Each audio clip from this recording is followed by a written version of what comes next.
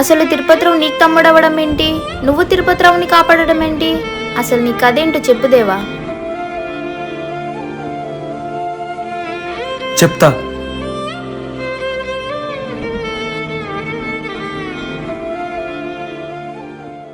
అది లత జరిగింది. ఇంత బాధని నీ కడుపులో దాచుకొని ఇన్నాళ్ళు నీ తమ్ముడికి దూరంగా ఉన్నావా? పద ఇప్పుడే ఈ నిజాన్ని మీ తమ్ముడికి చెప్దాం. ఇప్పుడు నాకు జరిగిందంతా చెప్పి వాడిని నా అలాగ అనాథం చేయలేను. ఇప్పుడు వాడికి ఒక అమ్మ, ఒక అన్న, ఒక కుటుంబం ఉంది. అది కాదు దేవా. ఏది కాదు లత, ఇప్పుడు ఈ నిజం వాడికి చెప్తే వాడు నిజంగా అమ్మ అన్న అనుకుంటున్న వాళ్ళు సొంత వాళ్ళు కాదని తెలిస్తే వాడి గుండె ఆగిపోద్ది. అంటే తిరుపతిరావుని వాళ్ళ అమ్మ అన్న పెంచుకుంటున్నారని తిరుపతిరావుకి తెలుసని దేవాకి తెలియదు అనుకుంటా. నేను చెప్తే వద్దులే, చూద్దాం ఆ దేవుడు వీళ్ళని ఎలా కలుపుతాడు. ఏంటి లత ఆలోచిస్తున్నావు? ఏం లేదు దేవా. లత, నాకు చిన్న హెల్ప్ చేస్తావా? ఏంటో చెప్పు దేవా. నా తమ్ముని చూడాలని ఉంది, తీసుకెళ్తావా? దూరం నుండి చూసి వచ్చేద్దాం.